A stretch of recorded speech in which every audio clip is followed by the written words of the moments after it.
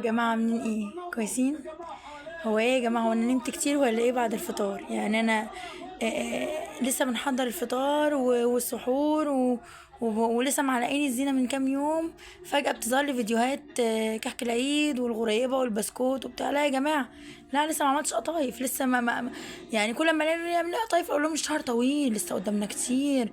لسه يا جماعة، ده احنا لسه 12، ده احنا لسه 11. لا لا لا. فجأة كده بقينا بنحضر الكحك وبنحضر البسكوت وبنعمل تنظيفات العيد. احنا لسه ما ارتحناش من تنظيفات رمضان. في ايه؟ في مستعجلين قوي كده ليه، واخدين كله ورا بعضه كده ليه؟ نهدى شوية، نلحق نفرح برمضان وبالشهر الكريم ونصلي ونصوم والتراويح لحقنا نعمل الكحك بالراحة شوية، كله جري جري جري جري.